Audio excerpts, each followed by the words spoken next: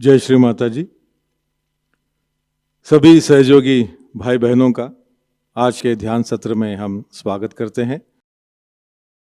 Collective बंधन।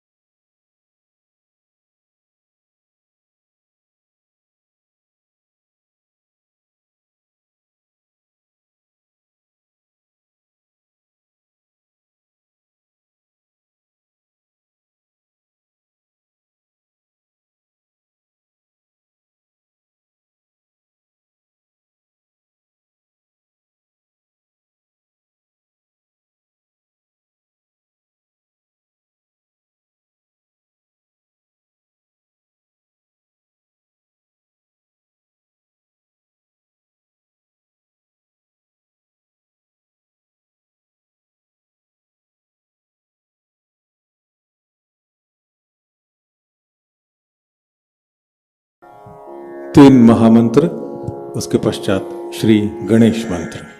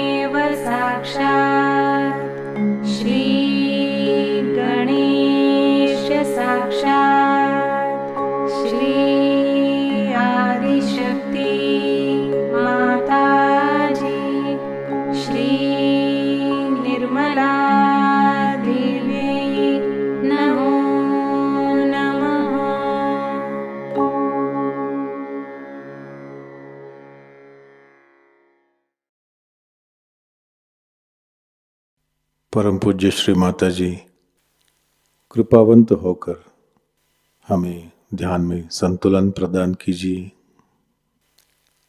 इस संतुलन की अवस्था में हमें ध्यान का आनंद मिले, निरानंद मिले, ऐसा आशीर्वाद हमें दें। परम पूज्य श्री माता जी, आपकी कृपा में इस संतुलन की अवस्था में हम अपनी ध्यान की गहराई में उतर सके, ऐसी स्थिति हमें प्रदान कीजिए।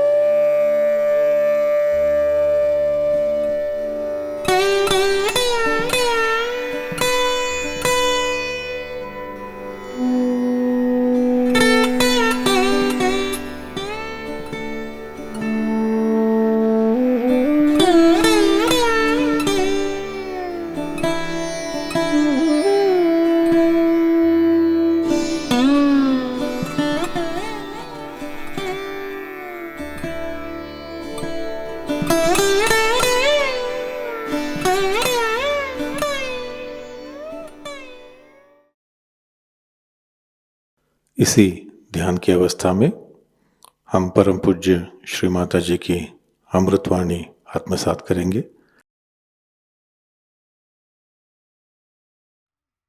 ये तो हमने सोचा भी नहीं था,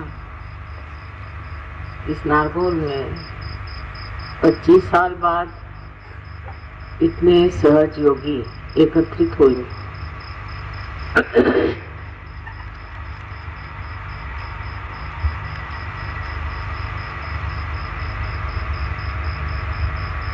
जब हम यहाँ आए थे तो ये विचार नहीं था कि इस वक्त शस्त्राल खोला जाए।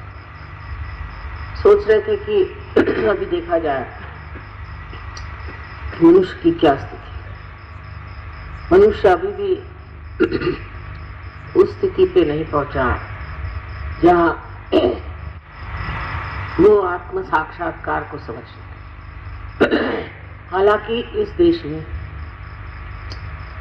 साक्षात्कार की बात अनेक साधु संतों ने, सिद्धों ने की है और इसका ज्ञान महाराष्ट्र में तो बहुत ज्यादा है। कारण यहाँ जो मध्य मार्गी थे, जिन्हें नाथपंथी कहते हैं, ये नाथ लोग, उन लोगों ने आत्म कल्याण के लिए एक ही मार्ग बताया था, आत्मबोध का। खुद को जाने बगैर आप कोई भी चीज प्राप्त नहीं कर सकते, ये मैं भी जानती थी। लेकिन उस वक्त जो मैंने मनुष्य की स्थिति देखी वो बहुत विचित्र सी, कि वो जिन लोगों के पीछे भागते थे उनमें कोई सत्यता नहीं, उनके पास सिवाय पैसे कमाने के और कोई लक्ष्य नहीं। और जब मनुष्य की स्थिति ऐसी होती है जहाँ वो सत्य को बिल्कुल ही नहीं पहचानता, उससे सत्य की बात कहना बहुत कठिन। और लोग मेरी बात क्यों सुनेंगे? बार बार मुझे लगता था कि अभी और भी मानव को बढ़ना चाहिए। किंतु मैंने देखा कि कलयुग की बड़ी घोर यातनाएं लोग भोग रहे हैं। एक तो पूर्व जन्म में जिन्होंने अच्छे कर्म किए उन लोगों को भी वो लोग सता रहे थे जिन्होंने पूर्व जन्म में बुरे कर्म किए। उसमें ऐसे भी लोग थे जो पूर्व जन्म के कर्मों के कारण बहुत त्रस्त थे, बहुत तकलीफ हुई, और कुछ लोग ऐसे थे कि जो वही पूर्व जन्म के कर्म लेकर के राक्षसों जैसे संसार में, और वो किसी को छलने में, सताने में, उसकी दुर्दशा करने में कभी भी नहीं सकते। तो दो तरह के लोग तो मैंने देखे खास, एक जो पीड़ा देते हैं और एक जो पीड़ित। अब ये सोच रहा था कि इसमें से किसकी ओर नजर करें। जो लोग पीड़ा देते थे उस बहुत अपने को सोचते थे कि मैं संपूर्ण इंसान, परफेक्ट। उनमें यह कल्पना ही नहीं थी कि वो दूसरों को तकलीफ दे रहे, परेशान कर रहे। और दूसरे जो लोग पीड़ित थे वो बर्दाश्त कर रहे थे, शायद मजबूरी की वजह से हो, या उनको कभी भी ये मालूम ही नहीं था कि इस तरह की जो किया करता है उसका प्रतिकार करना चाहिए, उसका विरोध करना चाहिए। उस वक्त ये सोच रही थी कि मनुष्य कब ये सोचेगा कि हमें बदलना, हमें आने अंतर एक परिवर्तन आना, क्योंकि दोनों भी अपने तरह से खुद को समझा बुझा कर चुके। कुछ लोग ज्यादा तकलीफ देते थे और कुछ लोग कम, और कुछ लोग ज्यादा तकलीफ बर्दाश्त करते थे और कुछ लोग कम। ऐसी इस समाज की स्थिति थी, चाहे वो भगवान के नाम पर हो, चाहे वो राष्ट्र के नाम पर हो, और चाहे वो राजनीतिक हो, या जिसे कहते हैं हम लोग इकोनॉमिकल हो। किसी की गरीबी तो किसी की बहुत अमीरी। इस प्रकार इस देश में एक तरह की छलना चल रही, जिसको कि मैं समझती थी जब तक मनुष्य बदलेगा नहीं, जब तक वो अपने को पहचानेगा नहीं, जब तक वो अपने गौरव और अपनी महानता को पाएगा नहीं, तब तक वो ऐसे ही काम करता। ये सब मेरे दिमाग में था ही बचपन से ही, और मैं ये सोच रही थी कि इस मनुष्य को समझना जरूरी है। तो पहले तो मैंने मनुष्यों का बहुत अभ्यास किया, तटस्थ रह के, साक्षी रूप रह करके मैंने समझना चाहा कि मनुष्य क्या, इसमें क्या क्या दोष, कौन सी खराबी, और किस लिए वो इस तरह सोच। तब उस नतीजे पे मैं पहुंची कि मनुष्य के अंदर एक तो या तो अहंकार बहुत ज्यादा है, और या तो उसके अंदर है प्रति अहंकार, जिसे हम कहते हैं कंडीशनिंग बस।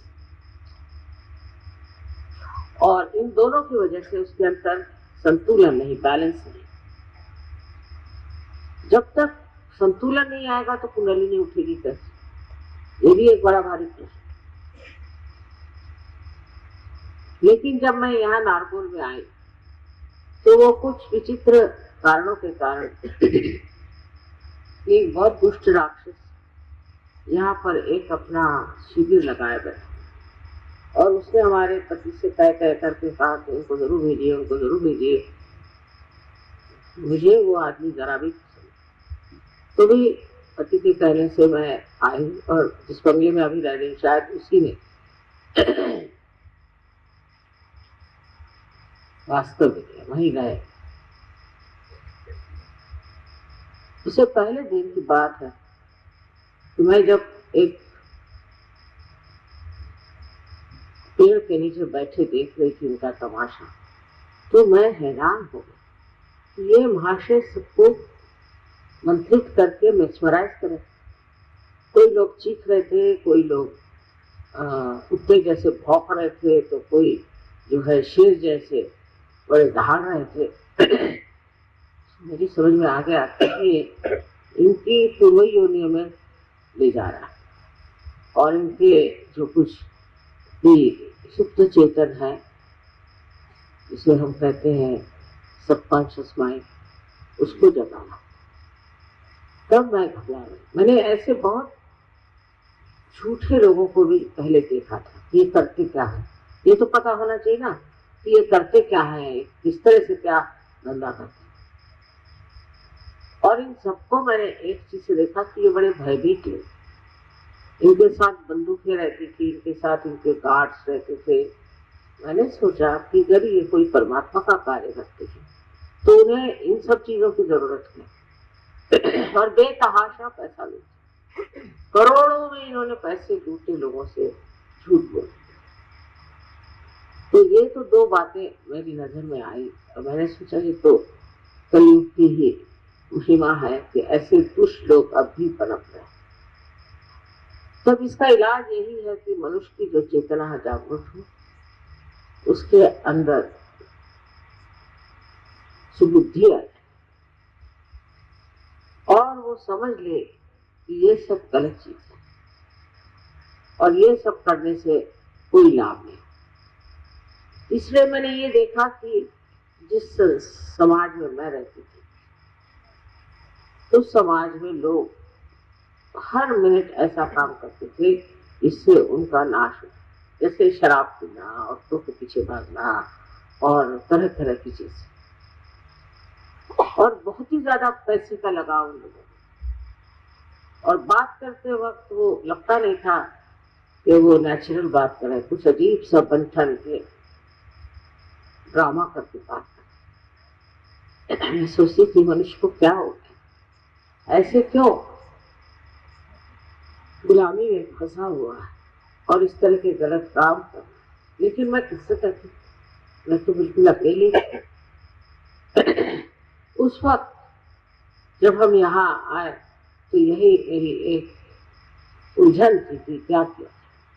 यहाँ आने पर जब मैंने देखा कि ये राक्षस लोगों को मेस्मराइज कर रहा था, तब मेरी समझ में आया कि अब अगर संस्कार नहीं खोला गया किसी तरह तो न जाने लोग कहां से कहां पहुंच जाएंगे।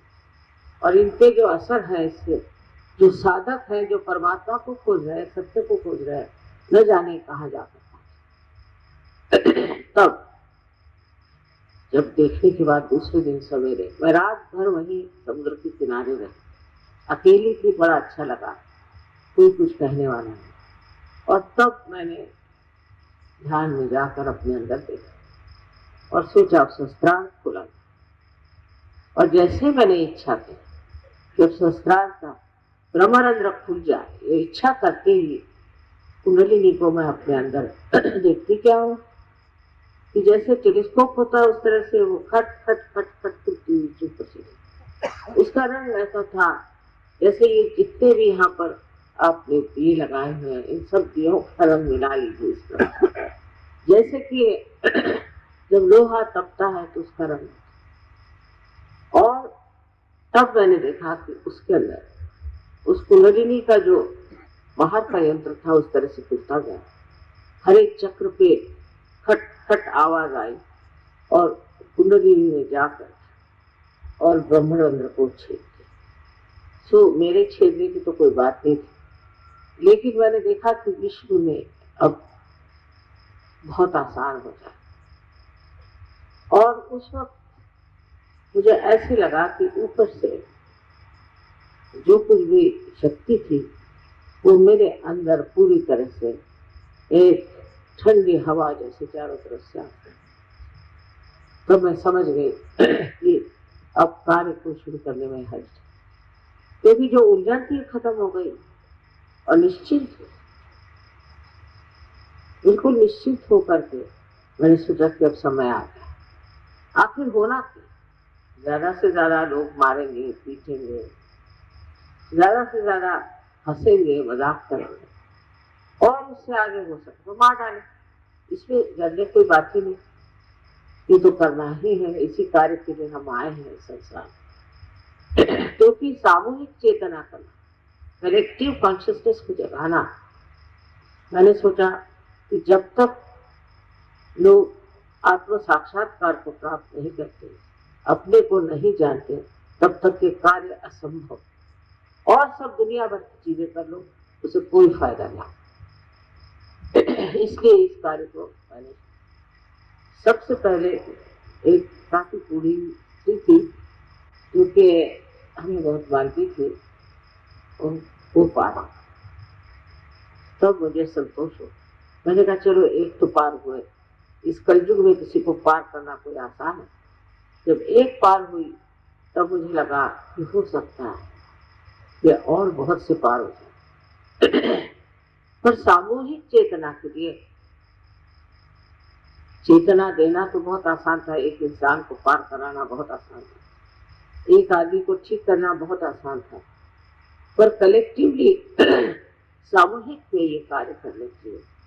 फिर जो मैंने मनुष्यों के बारे में अनुभव किया था, उस पर थोड़ा सा काम ऐसा कि मैं जब देखूं किसी आदमी में एक दुर्गुण है, या उसके अंदर कोई तकलीफ है, या उसके अंदर कोई कंडीशनिंग है, सो उसको निकालने के लिए क्या करना चाहिए। क्योंकि एक आदमी को एक परेशानी, दूसरे को दूसरी, तीसरे को तीसरी। अगर सामूहिक कार्य करना है तो एक ही जागरण से सबको लाभ होना चाहिए, सबको फायदा होना चाहिए। अब ये मैं आपको समझा नहीं सकती कि कब समय है कि सामूहिक चेतना का जो कार्य किसी ने नहीं किया करते, ये बात सही है।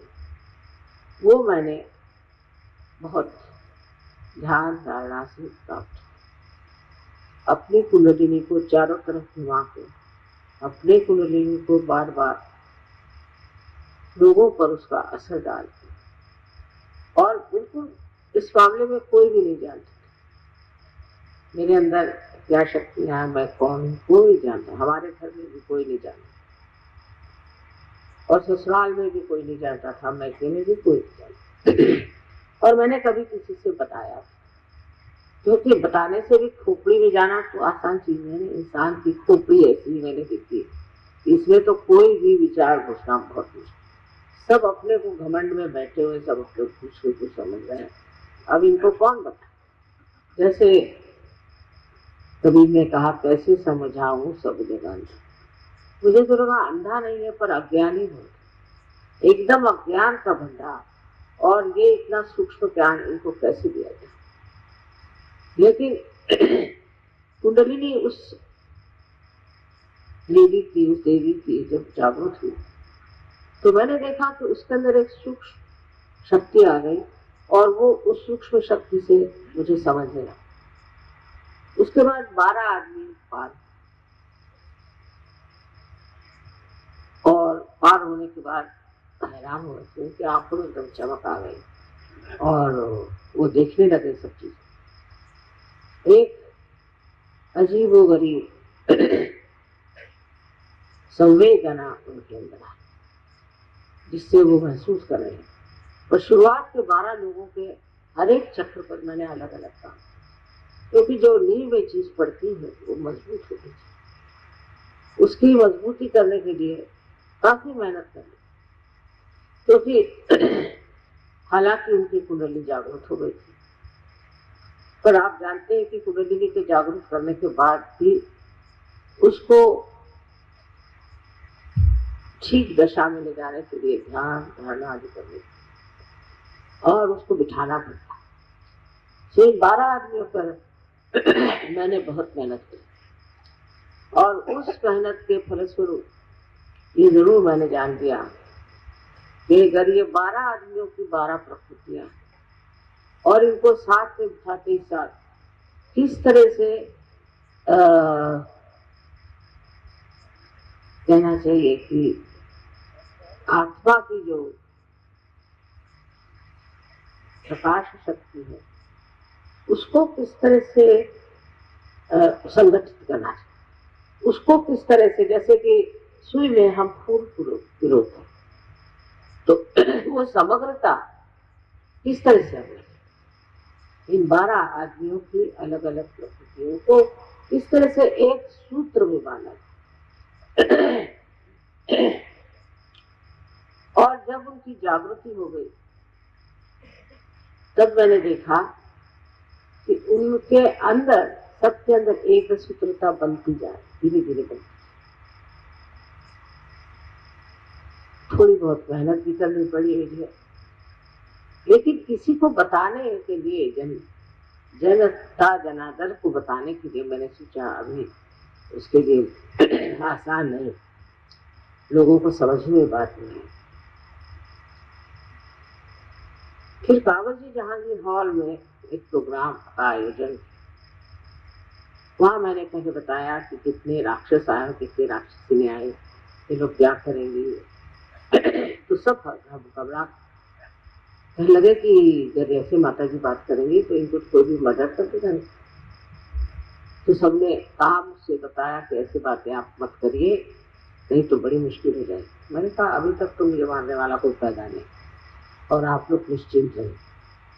धीरे धीरे ये जो छोटी छोटी सरिताएं थी सबके अंदर, छोटी छोटी नदियां थी कुंडलिनी की, उनको मैंने कहा कि आप लोग सब मेरे कुंडलिनी पर ध्यान। तो ध्यान करते ही वो निर्विचार होता, और निर्विचार होते ही साथ उनको ये लगे कि मेरे साथ उनका बड़ा तादाद था। धीरे निर्विचारिता बढ़ने लगी। धीरे धीरे सामूहिकता का एक नया प्रकाश हुआ। ये पहले मैंने कावजी जहांगीर हॉल में देखा। हिंदुस्तानी लोग जो है, भारतीय लोग हैं, ये इस भूमि में इसके पैदा हुए हैं कि ये बड़े ही धार्मिक, बहुत ही सुंदर इनका जीवन रहा होगा, क्योंकि हिंदुस्तान में इतनी मेहनत नहीं करी। बहुत जल्दी लोग पार हो जाते थे। शुरुआत में जरूर थोड़ा बहुत समय लगा, लेकिन प्रदेश में तो हाथ टूट जाए। किसी की कुंडली नहीं उठाना मुझे ऐसा लगता है जैसे पहाड़ उठाए चले, और फिर धड़ से नीचे गिर गए, उठाओ फिर धड़ से गिर, और फिर जब कलेक्टिवली सामूहिक में तो बड़ी मुश्किल और अजीब और गरीब सवाल पूछना, और ये और वो दुनिया भर की बातें। जब मैं उसका जवाब देती तो हैरान हो जाती कि ये इतना जानती कैसे है, इनको ये सब मालूम कैसे। बड़ी मेरी परीक्षा कर, क्योंकि अहंकार बहुत ज्यादा। अब धीरे धीरे ऐसी चीजें, जैसे लंदन में पहली मर्तबा 7 सहयोगी आए, वो 7 हिप्पी थे पहले और ड्रग्स लेते थे, उनसे वो सहयोगी बन गए। इससे मतलब ये तो हुआ कि एक तरह का सहारा मिल गया, निश्चिंती हो गई कि सहयोग से लोग ड्रग छोड़ दें। लेकिन अब ये ड्रग एडिक्ट्स को ठिकाने लगाना कोई आसान नहीं, उसे एक अच्छा ही, क्योंकि उन पर जो हमने मेहनत करी उससे एक अनुभव आ गया। कठिन से कठिन भी कोई इंसान हो, जब उसकी इच्छा होती है कि उसे योग प्राप्त होना चाहिए, उसे आत्मज्ञान होना चाहिए, इच्छा मात्र अगर हो तो वो पार हो जाए। तब मैं सबसे कहती थी कि आप हृदय से इच्छा करें कि आपको आत्म साक्षात्कार चाहिए, बस उसी पर लोग खट से पार हुए। उसमें अनेक देशों के अनुभव हैं मेरे पास, जिससे जैसे रशिया है या यूक्रेन है या रोमानिया, ये देशों का मेरे ख्याल से हमारे देश से कभी संबंध रहा होगा जबरदस्त, और यहाँ से नाथपंथी जैसे मच्छिंद्र नाथ, गोरखनाथ ये लोग गए होंगे जरूर, क्योंकि इनके यहाँ जो चीजें मिली मुझे, उससे पता हुआ कि ये लोग कुंडलिनी के बारे में ईसा से 300 साल पहले से जानते। तब ये समझ में आया कि ये लोग इतने जल्दी पार कैसे हो जाए। महाराष्ट्र में बहुत काम किया नाथपंथी में, और मैंने भी बड़ी मेहनत, पर दुख की बात ये है कि जो चीज नॉर्थ इंडिया में हम कर पाए वो महाराष्ट्र में अभी भी मैंने समझ में नहीं आता। जहाँ पर संतों ने अपना खून, और हर एक महाराष्ट्रियों को मालूम है कि नाथ कौन थे, उन्होंने क्या कार्य किया, क्या नहीं। और पता नहीं क्यों कि जो चीज मैंने नॉर्थ इंडिया में पाई, पहले तो मैं दिल्ली को बिल्ली कहती थी, सालों मेहनत की वहां भी, लेकिन उसके बाद जो सहयोगी वहां मिले हैं, जिस तरह से सहयोग फैल रहा है, इस पे मुझे बड़ा आश्चर्य, उतना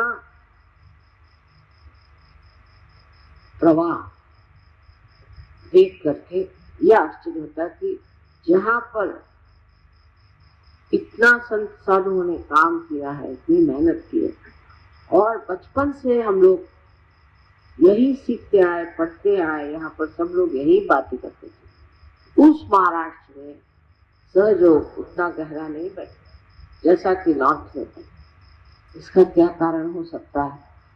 एक ही मुझे लगता है कि जब पहले ही से सब चीज मालूम है तो उसके प्रति जो है अवज्ञा हो जाती, इधर इंडिफरेंस हो जाती। संस्कृत में एक श्लोक है, गति परिचात अवज्ञा संतत गमनात् अनादरो भवति प्रयागवासी कूपे स्नानम समाचर। कि जब बार बार आप कहीं जाते हैं, बार बार आप किसी से मिलते हैं, तो आपका अनादर होने लगता है, फिर आपका आदर नहीं रहता। क्योंकि प्रयाग में रहने वाले लोग, इलाहाबाद में रहने वाले लोग, गंगा जी में नहाने की जगह त्रिवेणी का संगम है, वो लोग घर में जो कुआं उसमें नहाते, और लोग दुनिया भर से जाते हैं वहां हफ्ते उठा करके नहाने। यही बात शायद हो कि जो इतनी मान्यता सहयोग को नॉर्थ में मिली।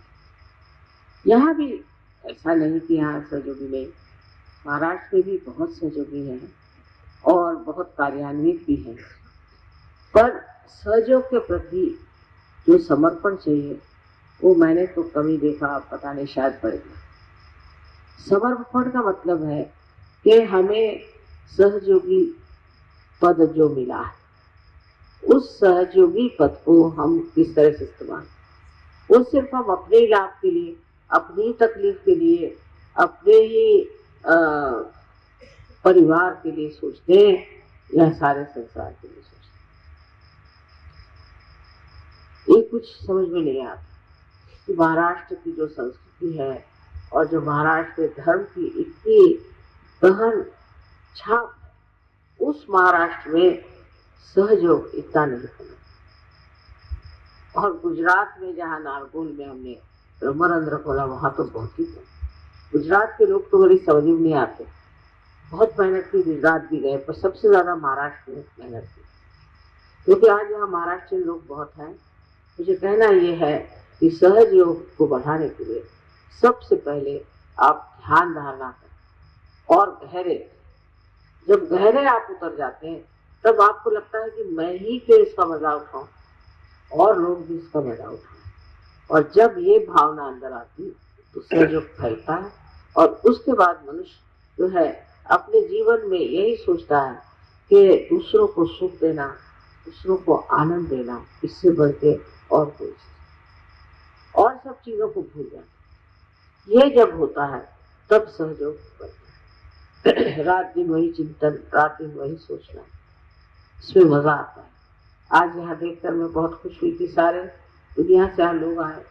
इसके अलावा और भी लोग जो कहना चाहिए कि परदेश से तो आए हैं, अब यहाँ के लोग आए हैं, और दिल्ली वगैरह से दिखते लोग यहाँ। ये कम से कम एक बड़ी मुझे आनंद की बात लगती है कि इस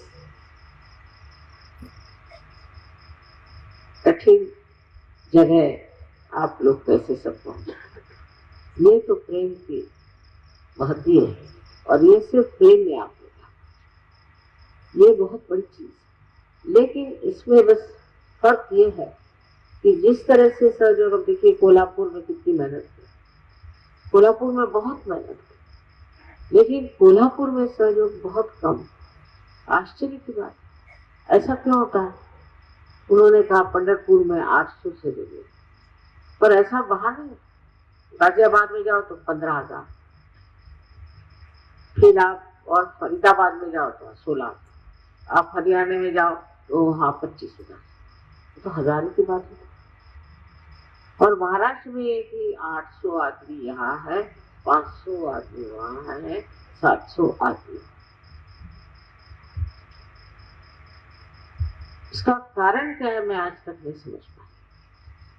यही अगर सोचना है, यही सोच सकते हैं कि यहाँ पर आत्मज्ञान, आत्मबोध, महानुभाव पंथ आदि अनेक चीजें इतनी ज्यादा असलियत की हो गई कि अब इधर ध्यान ही नहीं। ऐसे इन लोगों को महाराष्ट्र में पैसे भी ललकते हैं। जैसे आपको तो गुजरात में, उत्तर प्रदेश में भी, उत्तर भारत में भी काफी पैसों के, महाराष्ट्र में बात सुबह से शाम वो भगवान के 4 बजे उठ करके ध्यान करना, ये करना, वो करना चले, पर उसमें एक तरह की मैकेनिकल बात है। उसमें हृदय से करें, भक्ति से करें और उस भक्ति को बांटने की कोशिश करें। ये महाराष्ट्र को करना चाहिए। माना मैंने कि महाराष्ट्र में ही हमारे गणपतिपुरे का प्रोग्राम होता है और महाराष्ट्र में काफी अच्छे सहयोग, गहरे, बहुत गहरे, यहाँ की युवा शक्तियां भी बहुत अच्छी। लेकिन तो भी मैं कहूंगी कि जिस तरह से सहयोग नॉर्थ में फैला है, अब जहाँ देखो बाराबंकी में है, हमारा उन्नाव जहाँ ससुराल वहाँ है, हर जगह, हर एक गांव में, हर जहाँ एक आदमी पहुंच गया सबसे, जैसे कोई सूखी हुई लकड़ी रहती है, उसमें जरा सी चिंगारी पड़ जाए तो आग लग जाती, इस तरह से हो रहा। ये आखिर किस कारण इतने जोरों में बह रहा है समझ में नहीं आता। और जो हो जाते हैं वो कोई सवाल नहीं, कुछ नहीं। पर महाराष्ट्र में सवाल बहुत कुछ है, क्योंकि पोथियां सब पड़ बैठे हैं घर में, रोज एक एक को आप देखिए किसी महाराष्ट्र में क्या कम से कम 10 गुरुओं का फोटो, उसमें से सच्चे शायद एक आध दो ही हो, और सब तरह की मूर्तियां। गणेश जी का वास यहाँ, 4 यहाँ गणेश जी बैठे, इसे कहने चाहिए, वैसे तो अष्टविनायक कहते हैं, पर 4 में इसलिए कह रही हूँ कि एक एक गणेश के 2-2 एस्पेक्ट या 2-2 तरीके विशेष अलग अलग यहाँ। अब उसके बारे में महाराष्ट्र जानते हैं, वहां जाएंगे, गणेश पूजा करेंगे, वो फिर यहाँ पर 3 देवियों का प्रादुर्भाव, ये सब होते हुए भी वहां जाएंगे, मंदिरों में जाएंगे, महालक्ष्मी मंदिर में जाएंगे, रोज वो सब करें। और अब जब सहयोग में आए हैं तो अब छुट्टी हो गई, कुछ भी नहीं करने। ये बड़े आश्चर्य की बात है आज, क्योंकि यहाँ बहुत से महाराष्ट्रीयन आए हैं। तो बताना चाहती थी कि देखिए दिल्ली से न जाने कितने लोग, इतने लोग कभी भी महाराष्ट्र से कहीं नहीं गए। मराठी में इनको घर कोमड़े कहते हैं, माने वो बस अपने देश में। बम्बई वाले आपको कभी नहीं दिखाई देंगे पूना में जाता, और पूना वाले तो उनको एक तरह का गोद चिपका। मैं इसलिए कह रही हूँ ये सब बात खुले आम कहने से कभी कभी ठीक हो जाए। खुले आम कहना कि महाराष्ट्र में जो सहयोग का ठिकाना हुआ है, उससे तो इनके आठौले जो है वो अच्छे वक्ते हैं सिर्फ, लेकिन लाखों लोग आए। गुजरात का तो क्या है, इनके तो ऐसे ऐसे गुरुओं को पकड़े, पर महाराष्ट्र को क्या, जिसमें रामदास स्वामी ने सब गुरुओं की चर्चा की और उसमें बताया है कि इतना ही नहीं, सबसे तो बढ़ के मैं कहूंगी ज्ञान दे, इतना साफ सहयोग समझाए, रोज वही गाते हैं ना। और नामदेव ने जो लिखा हुआ है जो गुआ का गाना, वो रोज देहातों में गाते कि हमको मां तुम योग दो, पर वो योग करने के लिए उनके फुर्सत। आप किसी गांव में जाओ, वहां खूब भीड़ हो जाए जब मैं जाऊं, उसके बाद अगर 2 आदमी भी मिल जाए तो बढ़िया रहा। तो मैं ये कहूंगी कि महाराष्ट्र लोगों को चाहिए कि कुछ इन लोगों के लिए प्रार्थना करें, हवन करें, कुछ न कुछ ऐसी सामूहिक चीज करें, इससे महाराष्ट्र की जागृति वैसी हो जाए जैसे उत्तर भारत में हुई, जैसे कि रशिया में। वैसे समर्पित जो है वो बहुत अच्छे हैं, लेकिन अभी सहयोग क्यों बढ़ता नहीं, ये मेरी समझ में नहीं आया। बहुत धीरे धीरे कोल्हापुर जगह में न जाने कितनी बार पूजाएं हुई, देवी का मंदिर बहुत सुंदर है, सब कुछ है, पर वहां पर इतनी गहनता है। उसके लिए सामूहिक रूप से सब लोग ध्यान दें, क्योंकि महाराष्ट्र बहुत बड़ा देश है, बहुत ऊंचा देश है, और धर्म की दृष्टि से जो है सो है, पर आध्यात्म की दृष्टि से बहुत ऊंचा देश है। और इसलिए सबको चाहे कि वो महाराष्ट्र के लिए थोड़ी सी जागृति की बातचीत है। ऐसे कोई झगड़ा नहीं है, कोई परेशानी नहीं है, लेकिन जो सहयोग बढ़ना चाहिए वो न जाने आज तक तो इतना बढ़ा नहीं, हो सकता है आगे चलते जाए। अब जो आप लोग इतने यहाँ आए, इसे न जाने क्यों ये एक अजीब तरह की अनुभूति हुई कि किस तरह से 25 साल में इस छोटी सी जगह में आप लोग आए। 25 साल तक हमने मेहनत की, ये मैं बात मानती, मेहनत बहुत की, पर 25 साल के बाद इतने लोग इस नारगोल का महत्व समझेंगे और यहाँ आएंगे, तो बड़ी आश्चर्य। नारगोल हमारे सहयोग में मतलब होता है शस्त्रा। और जब मैं यहाँ आई, यहाँ की वनस्पति देख के वगैरह बहुत तबीयत खुश हो गई, और एकदम अंदर से जैसे लगा कोई प्रकृति की किसी बड़ी भारी आशीर्वादित जगह हम आए, बहुत अच्छा। और जब वो तो मई का महीना था, लेकिन मुझे बिल्कुल नहीं गर्मी रहती हुई। जब सहयोगी आते तो ठीक है, उनकी गर्मी हमें खींचती रहती, लेकिन वहाँ यहाँ तो कोई सहयोगी नहीं थे, कुछ गर्मी नहीं लगी। और जब सहस्त्रार्थ तोड़ा तो मैंने देखा कि कोई इसके बारे में कुछ जानता ही नहीं है, ज्यादातर गुजराती लोग थे, उसमें महाराष्ट्रियंस कम थे। और महाराष्ट्र में ही जो चीज इतनी खुल करके लिखी, कितनी ही किताबें आप देखिएगा महाराष्ट्र में, असली किताबें हैं, उसमें झूठ नहीं, जो सत्य है वही लिखा हुआ है, चक्रों पे लिखा हुआ है, कुंडलिनी पे लिखा हुआ है, सब कुछ इतना लिखने पर भी यहाँ उस ज्ञान को प्राप्त करने के बाद लोग उसका इस्तेमाल कर करें तो न जाने कितना बच, कितना यहाँ सहयोग कर सकते। अब हमारी जो सहयोग की प्रणाली है वो इतने लोगों में फैल गई, इतनी गहरी पहुंची, जो आप ड्रामा देखो से समझ गए। इस ड्रामा में उन्होंने दिखा दिया अपने दिमाग से सोच करके कि माँ क्यों आई। कि सब लोगों ने कहा कि हमने बहुत मेहनत करी, हमने पूरी कोशिश करी कि इंसान जो है वो आध्यात्म में आ जाए और परमात्मा की ओर उसकी नजर जाए और उसको किसी तरह से योग प्राप्त हो, पर कुछ चीज बनी नहीं। इसलिए अब हम देवी से कहते हैं कि तुम ही अवतरण लो, आदिशक्ति से कहते तुम ही अवतरण लेकर के जो तुमने ये संसार बनाया है उसको ठीक है, बिल्कुल पते की बात, इसमें कोई शक। और हुआ भी ऐसे और बना भी ऐसे, सारा जो कार्य है इस तरह से बड़े सुचारू रूप से बन रहा। और जिस वक्त में ब्रह्मरंध्र को तोड़ा था, उस वक्त सोचा भी नहीं था मैं कि मेरे जीवित रहते हुए इतना मैं कार्य देख सकता। पर ये कुंडलिनी की महिमा और परम चैतन्य का कार्य, परम चैतन्य से तो मैं खुद हार गई कि पता नहीं क्या करते रहे।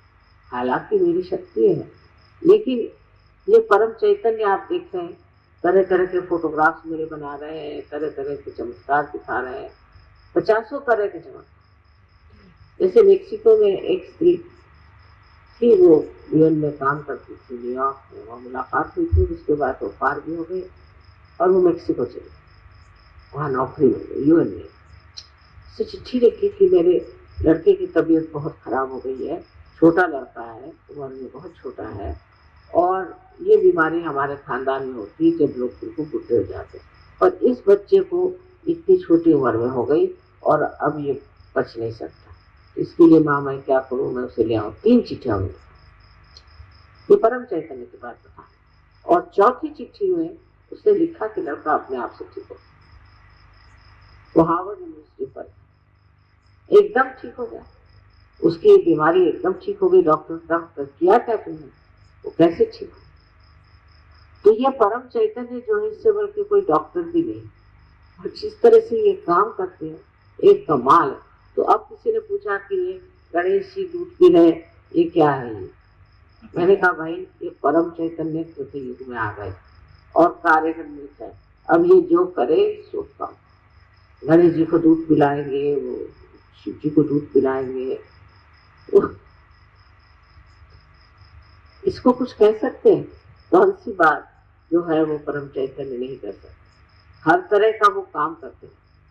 एक साहब थे कनाडा में, ये भी काफी पुरानी बात, सो उन्होंने मुझे चिट्ठी लिखी कि माँ मेरे पास पैसे नहीं है और इस कार्य के लिए इतना रुपया चाहिए। मैं कहा अच्छा कोई बात नहीं। दूसरे दिन उसने फोन किया कि माँ मुझे रुपया मिल गया। कैसे?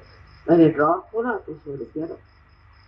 हे भगवान, मैंने तो रुपया भेजा, इसको रुपया कहाँ से? उसने कहा कि जितना मुझे चाहिए था एग्जैक्टली। ऐसे तो बहुतों को अनेक अनुभव आए, अनेक अनुभव आ रहे हैं, क्योंकि परम चैतन्य जो है वो आशीर्वाद स्वरूप, हर जगह आपको आशीर्वाद, शांति देगा, प्रेम देगा, हर तरह को आपको संभालेगा, सब कुछ है। लेकिन उनकी जो चाल है ना, उसमें बहुत स्पीड आ गई, मेरे खुद ही नहीं समझ में आता कि ये इतने कार्य कैसे करते।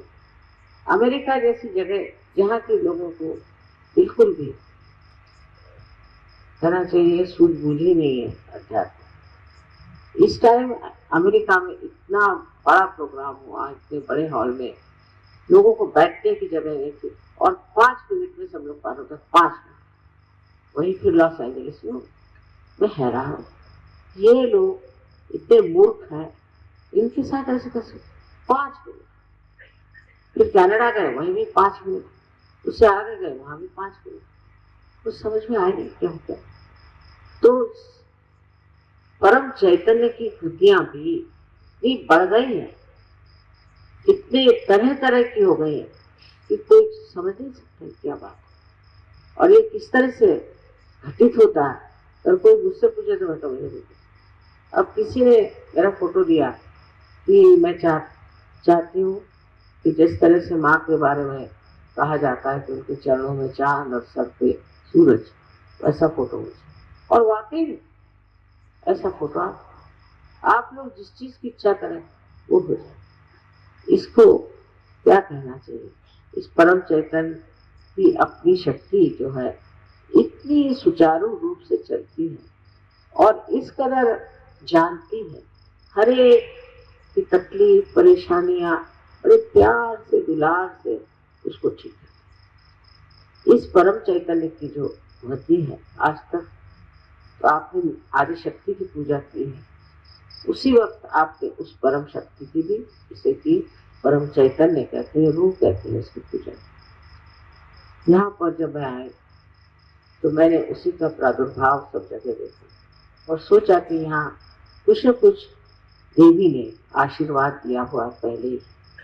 और वाकई में यहाँ इतने जल्दी खट से जो कार्य हुआ, इतना बड़ा, इतना महान, वो मेरी समझ में नहीं आई ऐसा इतने जल्दी क्यों हो। ये वही परम चैतन्य। अब कहिए कि मेरी शक्ति है, लेकिन मैं ही मेरी शक्ति को नहीं जानती हूँ, ऐसा हाल हो। इतने जोरों में दौड़ रही है कि समझ में नहीं आता कि अब क्या करेगी और आगे क्या। मतलब ये है कि ये जो शक्ति है ये इतनी अब आतुर है, इतनी लालायित है कि संसार में ये जो विश्व का परिवर्तन है, ग्लोबल ट्रांसफॉर्मेशन है, उसको करने में बिल्कुल देर नहीं करना। पर जो इसमें आएंगे और जो इसके लिए करेंगे वही प्राप्त कर। अब महाराष्ट्र में यही मैं आपको बताना चाहती हूँ, ये शक्ति कार्यान्वित हो रही बड़े जबरदस्त, और आप लोगों को सबको चाहिए कि इसे पूरी तरह से आप जान ले, समझ ले। इस शक्ति की जो कार्य करने की प्रणाली उसे समझ और उसके माध्यम से आप काम कर सकते। और अगर वो आप इस्तेमाल करना शुरू कर दें इस शक्ति को, तो हर कार्य को अगर कोई आदमी आपको सता रहा है तो उसको भी एक तरह से बंधन दे सकते हैं। कोई कार्य करना हो उसको बंधन दे सकते हैं, सिर्फ बंधन। और बंधन में क्या करते हैं, आपकी ये जो शक्ति आपके अंदर से बह रही, उस शक्ति को ही आप लपेटते और उस शक्ति को, उस जो भी आपको प्रश्न है, जो भी आपके लिए एक प्रॉब्लम है, उसको आप बंधन दे देते, वो शक्ति उस पर कार्यान्वित होती। आपके पास ये शक्ति, आप इतने शक्तिशाली हैं, अगर आप इसको इस्तेमाल करें तो न जाने कहां से। पर मनुष्य खोया और पाल होने के बाद भी अभी जब तक हम लोग इसको वो चीज विशेष न समझे, तब तक सहयोग फैलना बड़ा मुश्किल। रूमानी आदेश जिन्होंने कभी सुना ही नहीं कि आदिशक्ति नाम की क्या चीज है, ऐसा मैं सोचती हूँ, वहां सहयोग इतने जोर से फैला, बड़ा आश्चर्य। वहां 5000 सहयोग एक शहर। अब तो और बढ़ वही चीज इस महाराष्ट्र में होना चाहिए। और बार बार मुझे इसकी चिंता लगी रहती है कि ये चीज महाराष्ट्र में क्यों नहीं सहयोग इस तरह से फैल रहा जैसा फैलना चाहिए। बड़े बड़े शहर हैं, बड़ी बड़ी जगह, वहां ये कार्य हो रहा है। तो आज के दिन एक बहुत बड़ी बात हुई है कि 25 साल इस चीज से जूझते जूझते इस दशा में हम आ गए कि यहाँ पर इस जगह आप लोग आए, इसका गौरव बढ़ा रहे, इसकी महत्ता बढ़ा और इसको पुनीत कर। मेरे लिए वो शब्द है तो मैं सोचती हूँ कि जी मेरा भर आता है आप लोगों को, कहाँ कहाँ से आप लोग आए। I'm sorry I have to speak in this language because most of the people only know this language. And some of them know only Marathi, but they know something about Hindi language. But I'm sorry I don't know French. And I don't think in this lifetime I will be able to learn. So I have to speak in this language, which you can get it translated and understand. I've told them how I came here just by chance. And there I found somebody trying to use mesmerism on people. That was the time I decided we have to open the circle. And that's what I did in a very surge manner. I must say, it was just I desired that now the Sahasrara must be open. That's all. I didn't do anything. And once the Sahasrara was open, I was amazed how I also knew how the human beings can give realization steps. Even human beings could give collective realization. Of course, they have to use the photograph, which we can say that is niralamba. The word is niralamba, means we should not have any alamban. Niralamban, without any alamban, depending on anything. But it is nira. Nira alamban, I'm nira, so that sounds so that. You see, it's a very confusing word. So this is what it is. You have to use my photograph. I don't know so far anybody who has been able to give up the photograph and call himself sage. I don't compulsorily say you must have a photograph, but they know the positive side of it, and that's why they use it. I've told so many times about this realization, and that's how you have come to this far-fetched point. I'm very much thankful to you. May God bless you.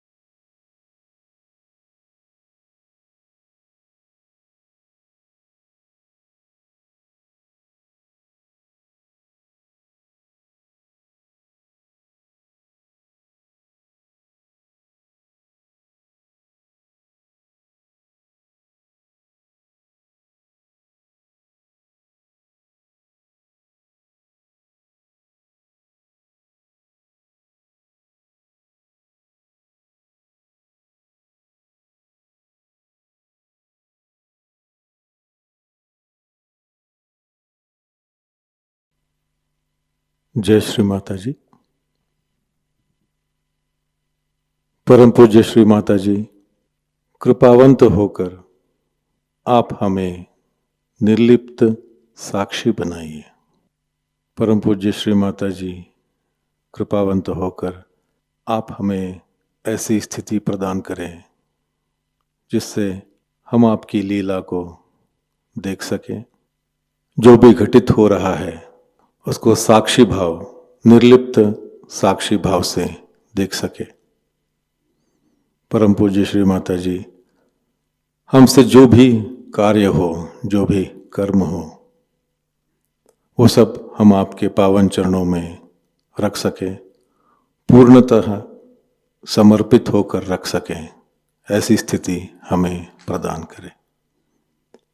परम पूज्य श्री माता जी, आपके प्रति अनन्य भक्ति हो, इस तरह का आशीर्वाद और ऐसी ध्यान की स्थिति, आध्यात्मिक स्थिति हमें कृपा कर प्रदान कीजिए।